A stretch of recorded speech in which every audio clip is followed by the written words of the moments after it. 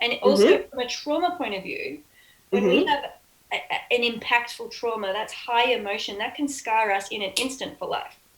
That's neuroplasticity as well. It's not where we want to go, but it's just an example of how neural patterns, if that thing happened to me and I was traumatized, that can make me feel like I'm unworthy and not good enough and ashamed for the rest of my life. That's a neural patterning that's implanted. Yeah, it creates an impression on your brain very quickly. That's a very very deep impression, right? Yeah.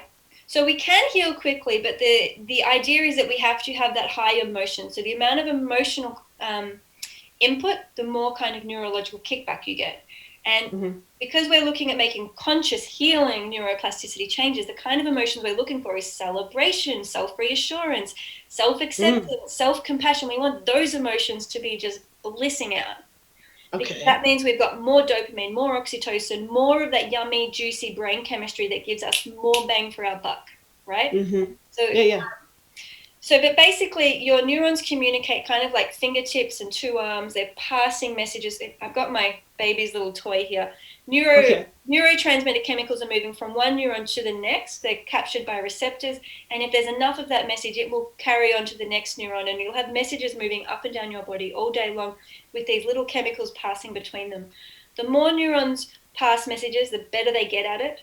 And so for my clients who don't feel normal anymore and they feel completely abnormal and sick and dizzy and full of tinnitus, they need to rebuild normal neural networks by teaching the neurons to pass the normal feeling neurochemicals from neuron to neuron with more synchronicity, with more frequency, with more intensity, with more duration, so they can hardwire it, and then that new normal becomes their automated resting state. They no longer need to put effort in, right?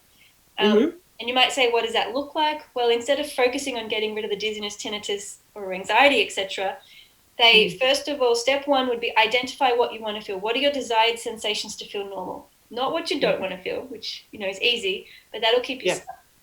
So common ones are to feel calm, relaxed, confident, adventurous, enthusiastic. People often lose their vigor for life. They're like, I just want to I want to feel like I wake up in the day and I'm actually excited about what's going to happen. That's, for them, might be feeling normal. So they have to figure out how to get those excitement neurons going. So their therapy practice or their rock steady toolkit would be, what things could I do to help me feel genuinely excited to release those neural messages, right? So then that becomes their home practice. And with time, frequency, repetition, and with all of these emotional regulation tools to make sure they don't kind of go backwards into the old chronic loops, they return to normal. And neuroplasticity is something we are born with. The human brain has billions of neurons, trillions of synaptic connections, so much adaptability, redundancy, and robustness. I think most people, myself included, we don't realize how powerful we are. We don't realize how much we can co-create the inner world we're living in and our perception of the world. And we often just sit back with the status quo and be the person we think we should be and kind of live this numbed out life of good enough, or am I good enough, ? And I think neuroplasticity enables us to really understand, who am I authentically on this planet?